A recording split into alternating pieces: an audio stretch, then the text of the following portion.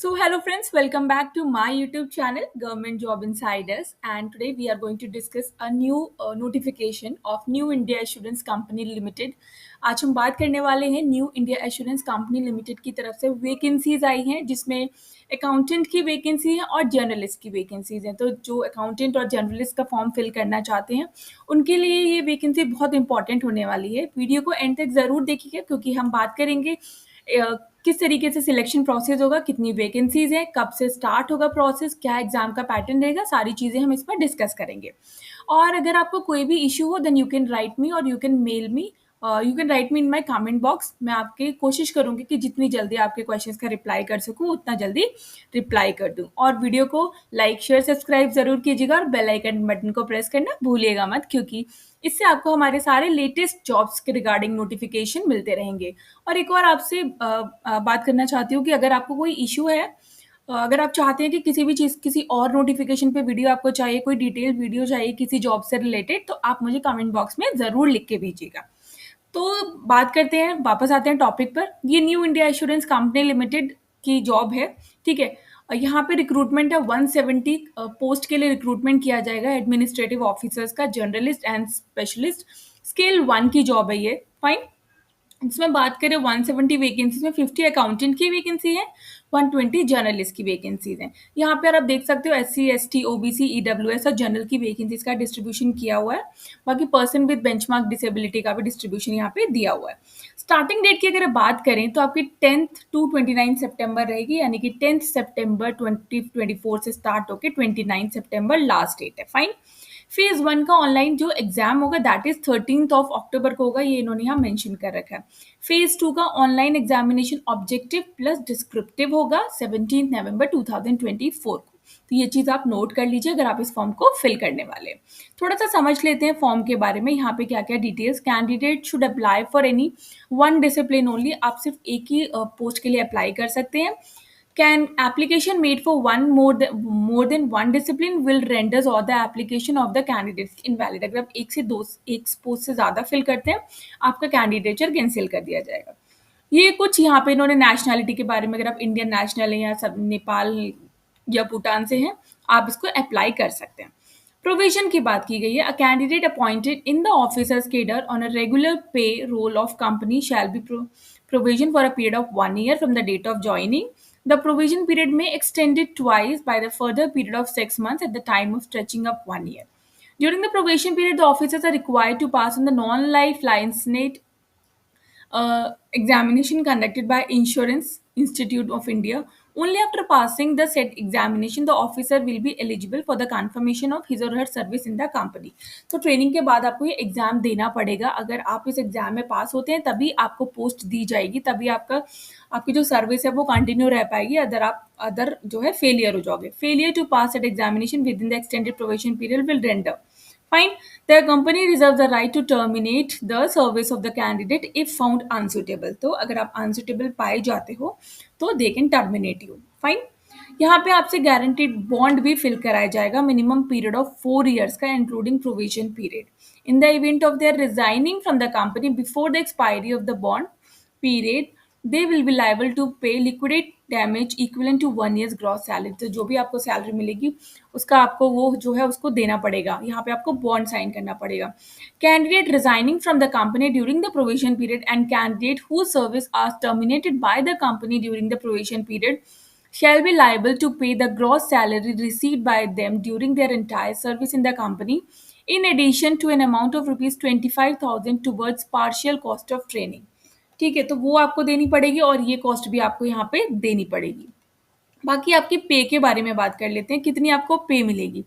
यहाँ पे आपकी 50,925 बेसिक पे होगी इन द स्केल ऑफ 50,925 से 2,500 और एंड 96,765 एंड अदर आपको अलाउंसेस भी ये दिए जाएंगे यहाँ पे। तो अप्रॉक्सीमेटली ग्रॉस जो मिलेगी 88,000 यहाँ पे सैलरी मिलेगी per month in metropolitan cities. Other benefits भी दिए जाएंगे जैसे national pension system govern by PFRDA, gratuity, LTS, medical benefits और जो बेनिफिट्स यहाँ पे दिए जाते हैं।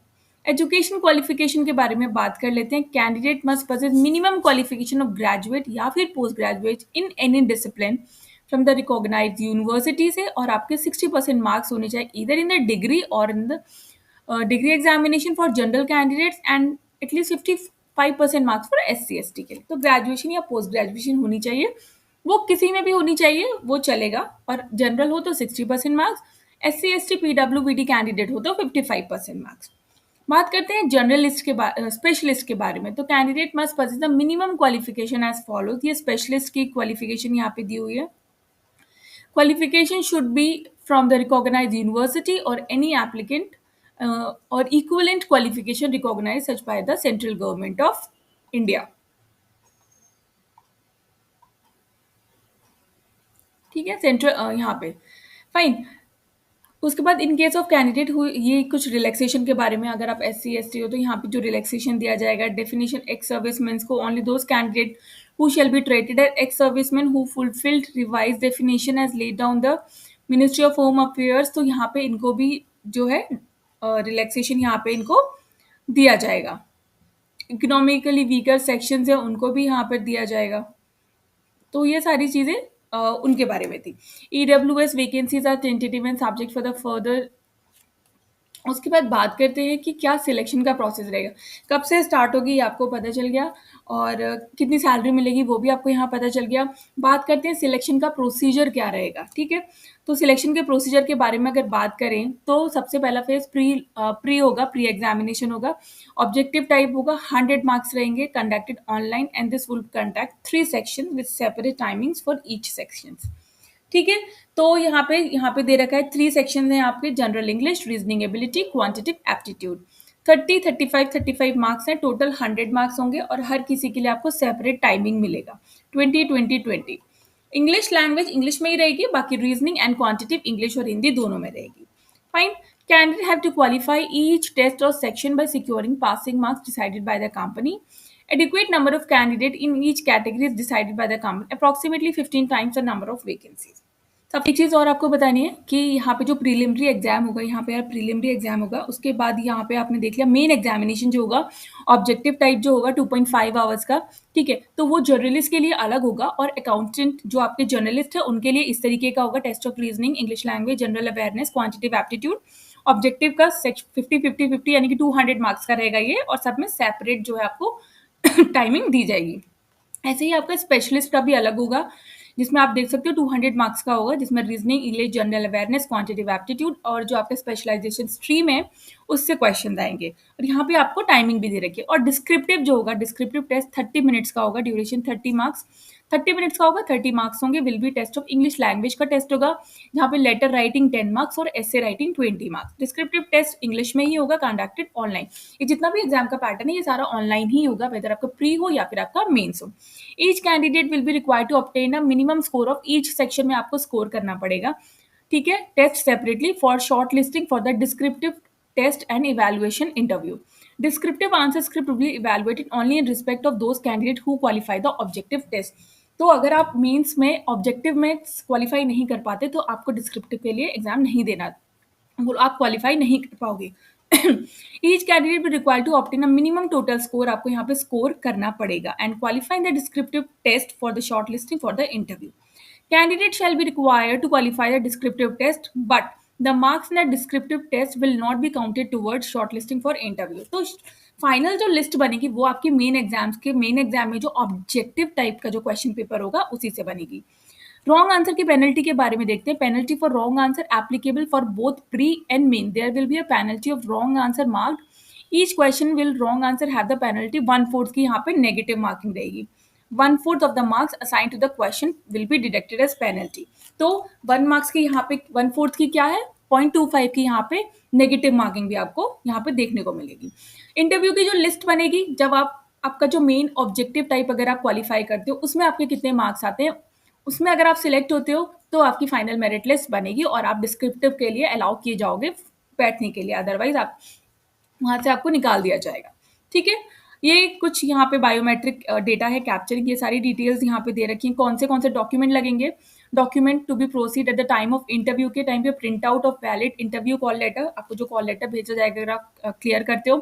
Valid system generated print out of the application form for registered online application examination के लिए आप जो रजिस्टर करोगे उसका फॉर्म चाहिए, डेट ऑफ बर्थ चाहिए, प्रूफ ऑफ आइडेंटिटी प्रूफ चाहिए, मार्कशीट चाहिए, marksheets and certificates of class 10th 12th graduation post graduation जो भी सारे सर्टिफिकेट्स हैं, कास्ट का सर्टिफिकेट यहाँ पे चाहिए। उसके बाद डिसेबिलिटी सर्टिफिकेट, अगर कोई डिसेबिलिटी है और आप फॉर्म फिल कर रहे हैं तो डिसेबिलिटी का यहाँ पे डिसेबिलिटी का सर्टिफिकेट चाहिए।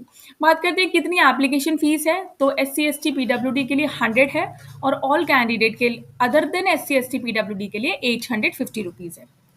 एग्जामिनेशन का centre will be conducted online, venues will be respective call letters में लिखा होगा, नो रिक्वेस्ट चेंज सेंटर्स नहीं होंगे चेंज, ठीक है। Candidate will appear for the examination at examination centre at own और her risk. Tentative list of centres for pre और mains are given below.